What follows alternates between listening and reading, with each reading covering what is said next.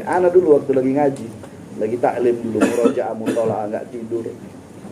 Sampai ana oleh dulu balsem masih susah nyarinya, ana masih mondok.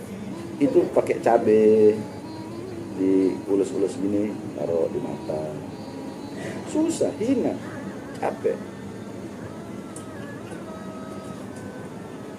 Aduh beb, ana susah beb kalau mau belajar, otak ana bebel, ana nggak bisa ngapal, susah.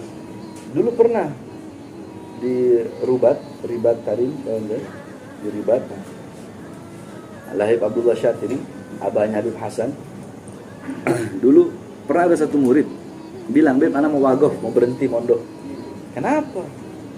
Otak ana bebel beb, nggak bisa, pelajaran nggak ada yang masuk. Kata Allah, ya udah nggak apa-apa, kalau ente mau keluar nggak apa-apa. Tapi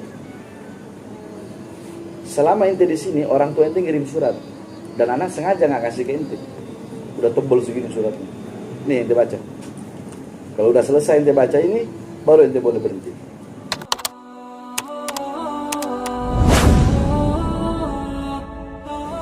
Kita yakni urusan-urusan yang dunia ini urusan yang tidak kekal, urusan yang tidak abadi. Kalau dalam urusan-urusan dunia yang hancur, yang akan hancur, urusan dunia yang akan binasa, urusan dunia yang akan hancur, yang akan binasa, yang fana, kita bersemangat. Kenapa dalam urusan ilmu, yang dimana ilmu itu merupakan akhirat, urusan-urusan yang menyelamatkan kita di akhirat, yang bersifat kekal abadi, tapi kau nggak semangat. Urusan dunia yang akan hancur semangat, urusan akhirat yang nggak bakal hancur, yang abadi nggak semangat. Kalau orang berotak kan kebalik, harusnya urusan-urusan yang kekal, urusan-urusan yang abadi, disitulah dia harus semangat. Urusan dunia biasa-biasa aja, ya kan? Lah Al-Imam Al-Iskandari gal ugaddimu abi wa ugaddimu syaikhi ala abi. Aku lebih mendahulukan guruku daripada ayahku. Bukan berarti beliau tidak mengutamakan ayahnya, tetap mengutamakan ayah, tapi beliau lebih mendahulukan guru. Kenapa? Kata beliau, li'anna abi sababul hayatil baqiyati, sababul hayatil faniyati, wa syaikhi wa ustadi wa muallimi wa murabbi wa muaddibi sababul hayatil baqiyati. Kata Imam Al-Iskandari ketika ditanya, aku lebih mendahulukan guruku daripada ayahku. Kenapa? Karena ayahku adalah sebab. Ayahku sebab adanya aku di dunia yang fana ini. Ayahku sebab adanya aku di dunia yang akan hancur, yang akan binasa. Tapi guru adalah sebab selamatnya aku dan adanya aku di akhirat dan kekal.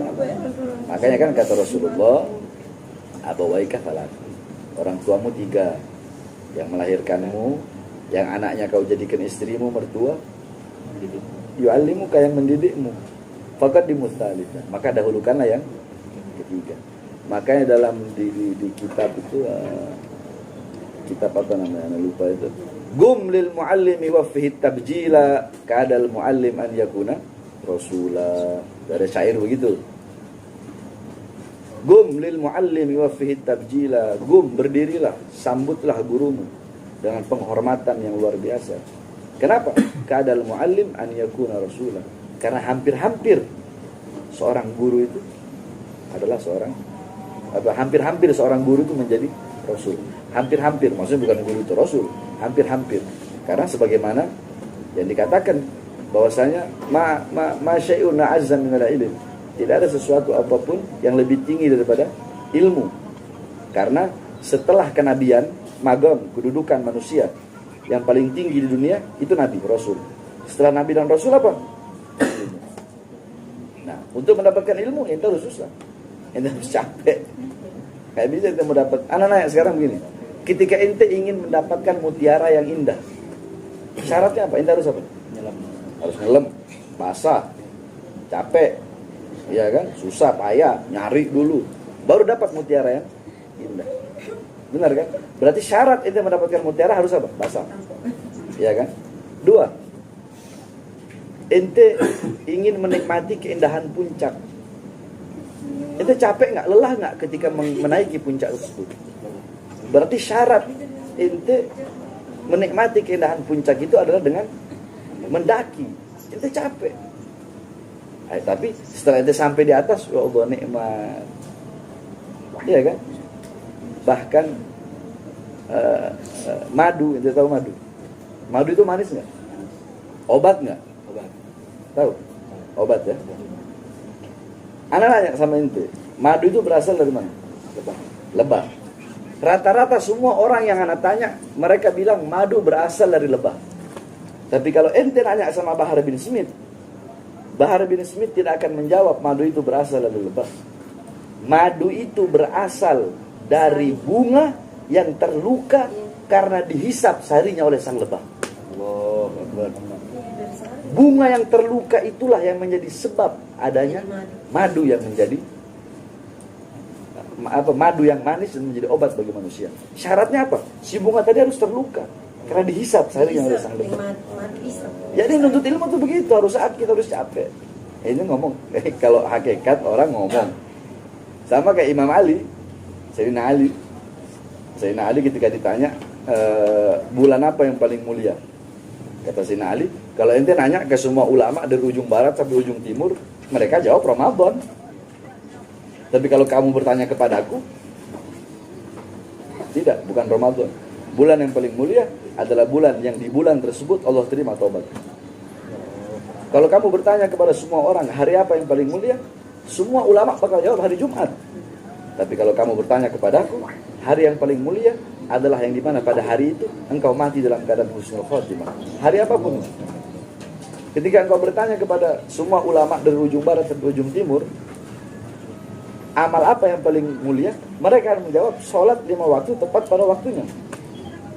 Tapi kalau engkau bertanya kepadaku, amal yang paling mulia adalah amal sekecil apapun. Tapi kalau amal itu diterima oleh Allah, maka itu akan menjadi amal yang paling mulia. Nah, ente bertanya sama semua orang, mungkin kebanyakan jawabannya madu itu berasal dari lebah. Kalau ente jawab nanya sama Bahar bin Smith, Bahar bin Smith akan menjawab, madu itu berasal dari bunga yang terluka akibat sarinya dihisap oleh sang lebah. Dia ini sakit. Barulah menjadi sama menuntut ilmu itu sakit, capek. Ana dulu waktu lagi ngaji, lagi taklim dulu, murojaah, mutola'ah, enggak tidur. Sampai ana oleh dulu balsem masih susah nyarinya, ana masih mondok. Itu pakai cabe diulus-ulus gini, taruh di mata. Susah, hina, capek. Aduh beb, ana susah beb kalau mau belajar, otak ana bebel, ana nggak bisa ngapal, susah. Dulu pernah di Ribat Karim, di Ribat, Lahib Abdullah Syatiri, abahnya Habib Hasan. Dulu pernah ada satu murid bilang, beb, ana mau wagof, mau berhenti mondok. Kenapa? Otak ana bebel beb, nggak bisa pelajaran, nggak ada yang masuk. Kata Abdullah, ya udah nggak apa-apa, kalau ente mau keluar nggak apa-apa. Tapi selama ente di sini, orang tua ente ngirim surat dan anak sengaja nggak kasih ke ente. Udah tebel segini suratnya. Nih ente baca. Kalau udah selesai ente baca ini, baru ente boleh berhenti dari pondok. Dibaca sama dia, ntar dia ketawa, ntar dia nangis sendiri, terus dibaca. Setelah dibaca besoknya, Habib Abdullah tanya, apa isi suratnya? Diceritain satu-satu sama dia. Oh, Habib, orang tua saya kirim surat bahwasanya begini. Orang tua saya udah buka usaha begini, dagang begini. Terus saya nangis karena ada keluarga yang meninggal. Lucu. Semua isi surat diceritain, berjam-jam dia ceritain. Kata Abdullah apa? Surat yang baru kamu baca kemarin bisa kamu hafal. Kenapa pelajaran bertahun-tahun kamu baca? Kenapa nggak hafal? Itu pertanyaan. Surat dari orang tuamu baru kemarin kamu baca, langsung kamu hafal detail. Tapi kitab yang kamu pelajari puluhan tahun, kenapa kok nggak bisa? Kenapa? Satu jawabannya, kamu membaca surat dari orang tuamu dengan perasaan cinta dan gembira. Oh. Jadi nggak ada kata nggak bisa, nggak ada. Zalaltu taliban fa'azaztu matluban. Aku hina ketika menuntut ilmu. Aku hina ketika menjadi pencari. tapi aku mulia ketika menjadi orang yang bicara. Betul. Ya. Nah, yang paling penting dalam menuntut ilmu satu. Jadi tergantung ente nih. Ente maunya apa? Ilmu aja atau ilmu plus berkah? Bisa ente dapat ilmu saja, tapi tidak ada keberkahan dalam ilmu itu. Tapi ada orang yang dapat ilmu plus dia mendapatkan keberkahan daripada ilmu tersebut. Sehingga istifadah dari orang yang mengambil intifa dan istifadah lebih banyak daripada ilmu yang ada berkahnya dengan ilmu yang tidak ada. Orang berilmu ini banyak, tapi belum tentu ilmu yang mereka miliki itu barokah. Apa itu barokah? Barokah apa? Nggak tahu. Hah?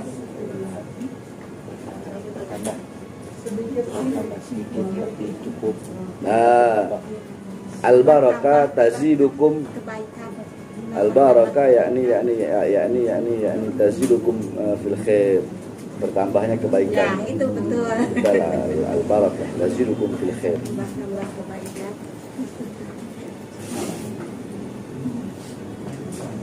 Kalau ente hanya sekedar menuntut ilmu tanpa ada khidmat kepada guru, tanpa melayani guru, tanpa akhlak, tanpa adab, itu hanya dapat ilmu saja. Tok, ilmu. Ente dapat. Tapi jikalau ente belajar, walaupun sedikit, belajarnya dikit, tapi lebih banyak khidmat kepada guru, melayani guru, khidmat kepada guru, ya, berakhlak kepada guru, beradab kepada guru, itu ente mendapatkan ilmu sekaligus barokah. Itu yang ente pilih. Ente mau hanya dapat ilmu saja atau mau dapat ilmu plus keberkahan. Karena barokahnya menuntut ilmu bukan ada dalam belajar. Al ilmu bitta'allum wal barakah bil khidmah. Wal barakah bil khidmah. Al ilmu bitta'allum wal barakah bil khidmah. Ilmu didapatkan dengan cara belajar. Tapi keberkahan didapatkan bukan dengan belajar, tapi dengan khidmah, melayani guru, khidmat kepada guru. Bagaimana Imam Ali bin Abi Thalib radhiyallahu anhu, ana abdan man allamani harfan, aku hamba sahaya bagi orang yang mengajariku suatu guru.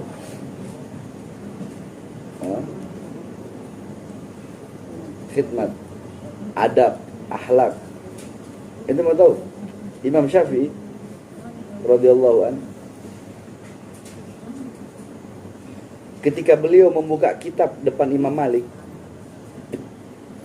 itu beliau buka pelan. Kenapa? Beliau tidak mau Imam Malik sampai kedengeran suara membuka kertas, membuka lembaran kulitnya. Sampai segitu akhlak dan adab.